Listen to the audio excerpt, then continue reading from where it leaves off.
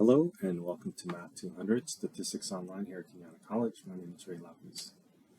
In this video, we will take a look at a problem from section 11.2. This is number 5. It says that a recent national report states the marital status distribution of the male population 18 and older is as follows. Never married, that's 31%. Married, 56.4%. Widowed, 2.6%. Divorced, 10%. The table below shows the result of random sample of 1,896 adult men from California. Tested claimed that the distribution from California is as expected as a national report, and use a 0.05 significance level. So the first thing that they asked was to complete this table by filling up the expected frequencies, and it says round to the nearest whole number. Okay, so the idea here is to come up with these values, and if we know we have a total of 1,896 adult men from California that were surveyed, then we can take a look at the total of this thing and the expected frequency. So let's get the expected frequency going. For married, there should be, or never married is 31%, and married would be 56.4%, widowed 2.6%, and divorce is 10%. And what we need to do to get these values is to get these percentage from 1896. So you get this percent times 1896. And remember, when you're doing these computations, you want to write the percentage as a decimal. So we'll do this calculation using Google Sheets, and we'll have a nice kind of elegant way of doing this. Okay, so to do that, we have the observed values here. The expected values have to be filled in. So what I would do is I would create a percentage column here with the percentages. So I'll type the percentages. That's 0.31 for 31%, 0.564. This is 0.026, so let's be careful with those single-digit decimals or single-digit values, and then 0.10 to be our values. So now we know that there's 1896 total. If we didn't know that, we can easily just add up these values, and we're going to get 1896. Now for this slot over here, next to for the never married, we would expect 31% of 1896. So here I'll say equal to, and then I'll click on 31%, and then I'll multiply by 1896. And then I get the value 587.76.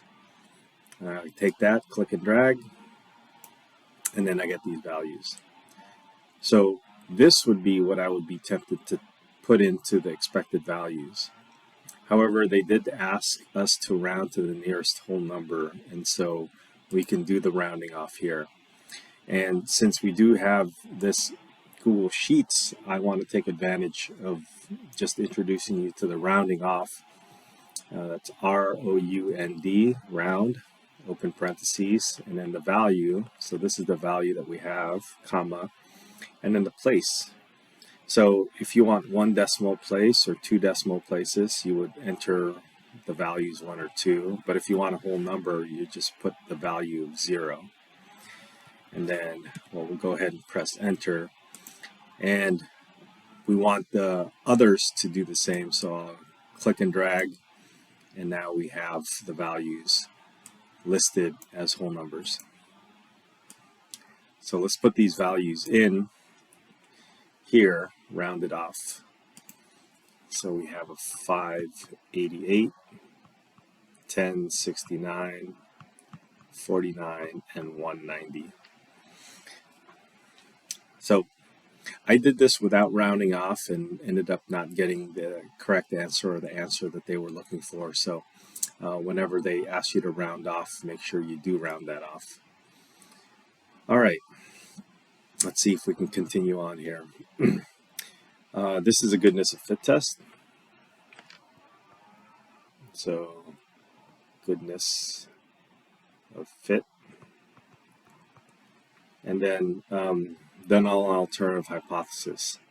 So the null hypothesis looks like it'll match the national report. So the distribution for California man would be the same as the distribution for the national report.